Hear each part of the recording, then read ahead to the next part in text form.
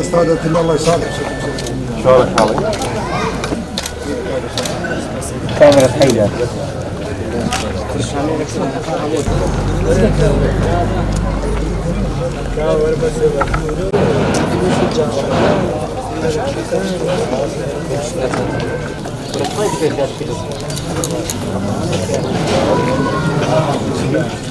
لم تجمع لم كوملا استخر بينا بامك بدينا حكومتي عراقي وهي حشد الشعبي كخلقي كرد آماده لتواتشوي دامو دزگا كان حكومت عراقي ديو مالو شوني خوي بباريزه بتايبت او شوناني كوا داعش بدوامي هيرش لسري بتايبت ام دي كرمزي اويا چندین شهیدی دا و هموی چند مانگ نابه چوار کسی لیک جوری که شهید کرد و دانشی کمندامه باید جاری کیتر اما آماده باشی خلطی کود نشان دین که آنوی لچوارچوی دامدزگاکانی حکومت عراقیه لچوارچوی دسته الشعبیه مقیتی منطقانی خویان بکن اما نامکه ولا ما بي واضح يشو آماده باشكيش بس خوتان بينيتانا. يعني احنا نشكر الاخوان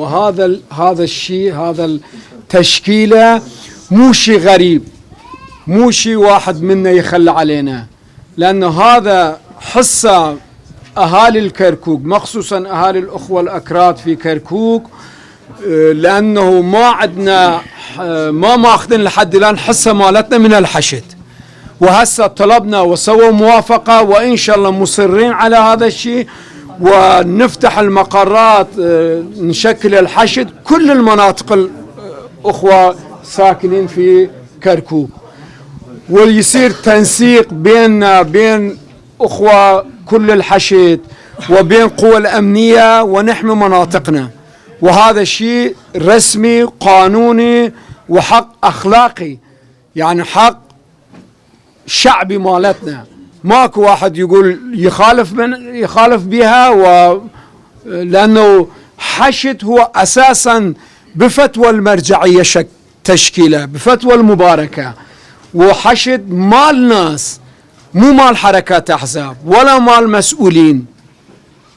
هذا مالتنا ومالتكم يعني مال الشعب وإن شاء الله يصير خير ونشكر من عندكم وإن شاء الله يصير خبركم خبر دعمنا على ناخذ حقوقنا من مو عكسي ان شاء الله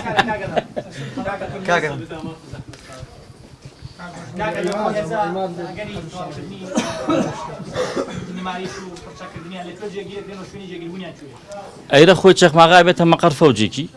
وكو كاكا ابو عماد جوتي اما سرتاكيتي ورده بس زوربي